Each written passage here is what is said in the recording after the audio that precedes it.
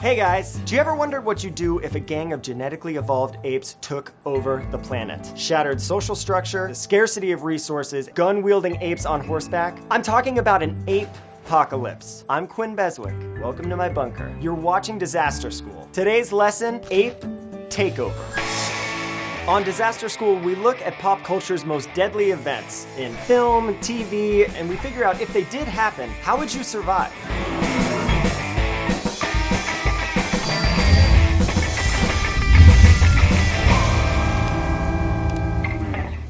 Dawn of the Planet of the Apes. So a virus wipes out a majority of the human race while simultaneously creating these genetically evolved apes? Holy shit!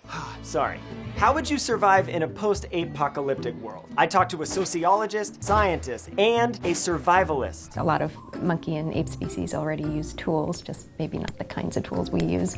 If they were really clever in the movie, they should have had the chimp riding along, firing 2 machine guns with its hands and 2 machine guns with its feet, because its feet are just like hands. I mean, now that would have been a very good effect, don't you think? Smart apes, crumbling society. How do you make this work? When everything we take for granted is suddenly gone, the source of food, the clean water, I'd want to have a secure place to rest my body. Okay, so shelter, like a bunker. So the idea that you're going to stay in a bunker for a year is ludicrous. God, I was so sure about this bunker. If you're in a bunker, you're in one spot, you're not really moving, you're hiding out, you don't want people to know where you're at. You've got food that's been stored, but it's not a sustainable solution. What about when the stuff runs out? I encourage everybody to have some basic gear with you at all times. I always carry a knife or two, certainly a Swiss Army knife, ratchet clippers. It comes in handy for wood, for bone, for all sorts of things. Solid magnesium, it'll last for thousands of lights. And then you get a spark and you ignite your tinder. And then twine, for putting a shelter together, for crossing a river. I would carry a canteen. Essentially, that's my basic kit. So pack all that up, identify a way out with a group. The chances of both individual as well as group survival are much greater. If you have skilled people in your team and you're the kind of person that people like to be around, you're going to find the things that you need. Well, at least there's one thing we can all agree on. Avoid the apes, right? Often aggression is non-contact. It's just threatening postures. Friendly apes? I'm not buying it. If you have an unexpected encounter with an ape, here are some things to remember. Signs that monkeys feel threatened include what's called a fear grimace, and it looks like a smile, but it's more an anxiety and fearful behavior. They might threaten back, and making direct eye contact is a threat. They may urinate or defecate. Sometimes they'll freeze. They'll just become motionless. Smiling, defecating, and freezing. Sounds like my grandmother after 3 white wine spritzers.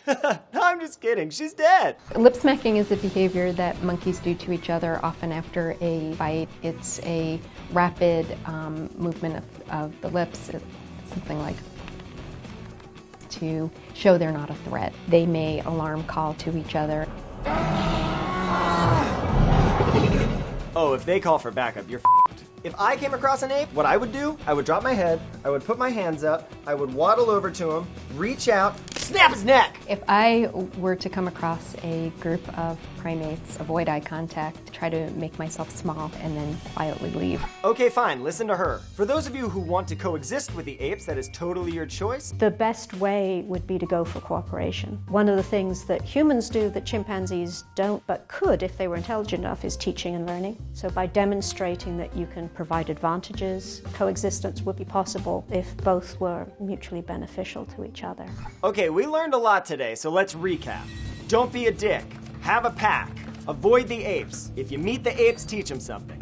That's it for this episode of Disaster School. Be sure to share this video with the people you like, so we can all survive the apocalypse. But don't share it with the people you don't like, because they will weigh us down.